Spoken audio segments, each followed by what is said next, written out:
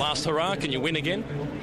I'll try to, but I mean, winning for me is not a personal thing anymore. If I win, that means either myself or one of my Green Edge teammates has won. So that's the aim. What would it mean to be the first rider from Green Edge to get a win? Oh, it'd be great. I think it'd be nice to be the first rider of 2012 to get a win. So not going to be picky. It all comes with one. But yeah, it'd be certainly great to open the account here. Yes, well, one man who'll certainly take on Matt Goss is his sprint rival Chris Sutton. Here he is talking tactics. This Ritchie Boulevard circuit is technically the toughest, but it's the fastest out of the 4 race series here in the Jayco Bay Series Classic. The tactics for today for the urban team are to stay at the front. Hopefully it's a sprint finish. It's a dangerous circuit, hot dog with 2 turns at each end. And yeah, try and get through unscathed. And there was a crash in the women's race, so try and stay upright this early in the season. Well, as the men make ready, let's hope that they don't have any falls, because Trudy van der Straten, who crashed, has had a collarbone confirmed to be broken in 3 places. So that really is a sad start to the year for her. This is a very tight corner. It's sharp 90-degree angles all of the time. And through the years, we must have had a dozen collarbones done here. It's claimed some victims, Phil, that's for sure. But the riders, they won't be perturbed, because here, Callum Ewan, especially the young ones, they've got no fear. He's one of the young up-and-coming riders. Nathan Huss riding for Bike Bug. He too has just signed his first World Tour Pro contract. He's looking forward to the year ahead, and he wants to start it off with a bang as well. Well, straight away, David, you've mentioned 2 young names there. One is 17, the other one is just 22. They are the next wave of top cyclists to come out of Australia. I'm sure of that. As we try to get things organised here at the moment, that was Mitch Stock. And there's another crash here. And bouncing off the road there is Luke Ockerby. And the man who's limping to the barriers is none other than Heinrich Hausler, the man who won a stage of the Tour de France. If he sounds German, it's because he is from German descent, but he lives in Inverell up in New South Wales. And this man here, now Callum Ewan, at 17 years of age, is again hitting the big names. Well, he really is dishing it out to them, isn't he? It's maybe a little bit of inexperience, but that is how you win these criteriums. You have to be aggressive, you have to go on the attack, and he's a little guy, so he'll get through the corners nice and smoothly, and he does it. Well, 17 he is. He won't be 18 till July. He is already a World Junior Champion of the Omnium, which is a multi-event on the track. He won that in Russia last year, and now he's just not waiting for anybody. He's gone through the first sprint, so he opens the competition with 3 points there, heading for the Sprint Ace competition. And a real streamlined position too. I talk about his size, he's tucked in, there's not too much wind to contend with, but still, when you've got to go through those corners at 30, 35 kilometres an hour, you can see them here, the riders, they're just coming through a little bit slower. That's a chase group, 3 riders. Then we've got the peloton here. It looks like Green Edge and Mitchelton Winslow Farms are controlling that.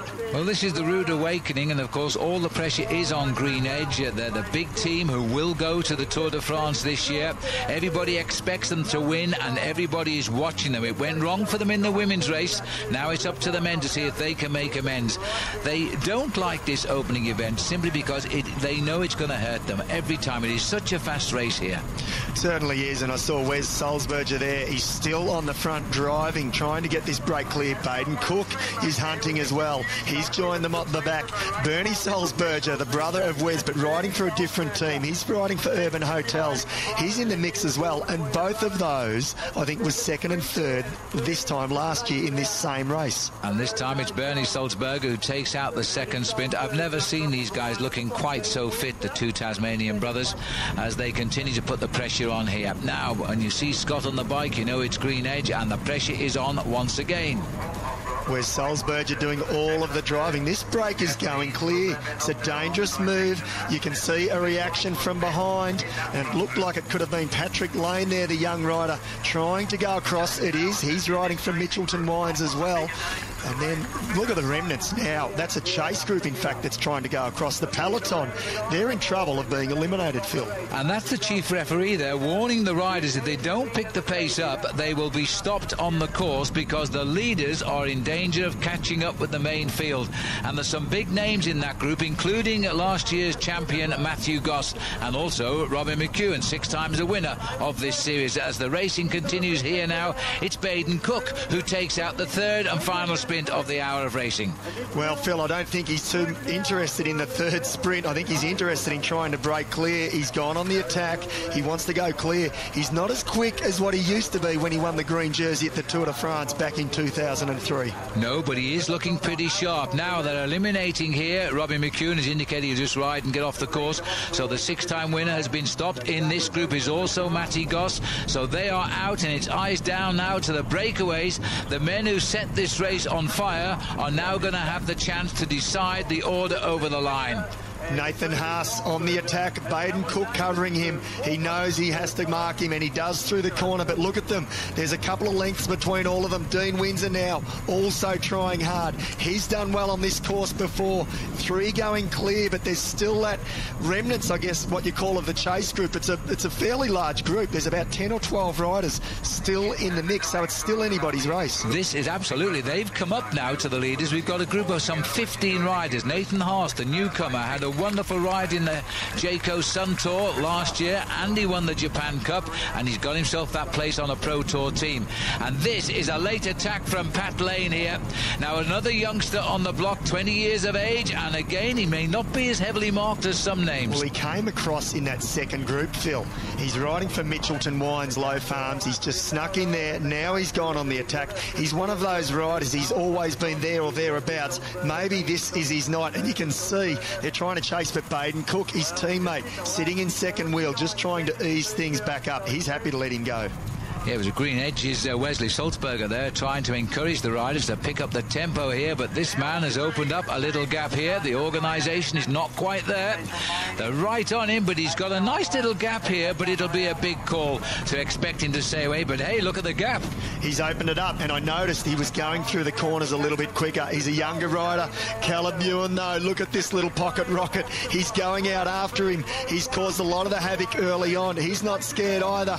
Can he catch him? Oh, look at the face on Pat Lane, though, as he goes around that top bend. It looks as though Baden Cook has brought the field up to the back wheel of the 17-year-old rider from New South Wales, and they're going to come together.